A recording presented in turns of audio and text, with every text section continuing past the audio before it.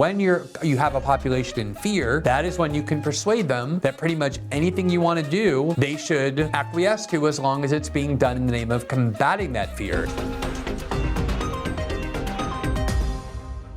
There are several clear through lines that I think have defined my journalism, which has largely been devoted, if I had to pick one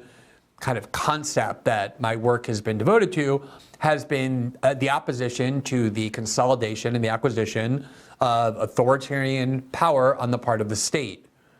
That was what motivated me to write about politics in the first place, was my perception that basic civil liberties in the United States were being assaulted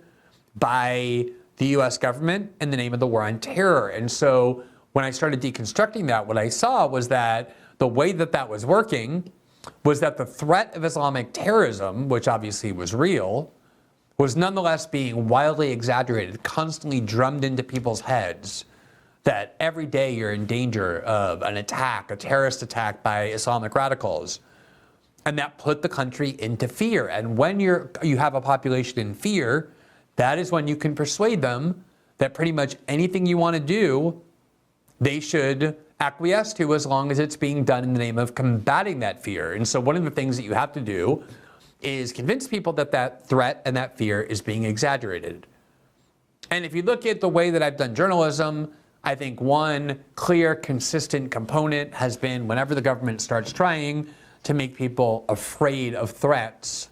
whether external threats like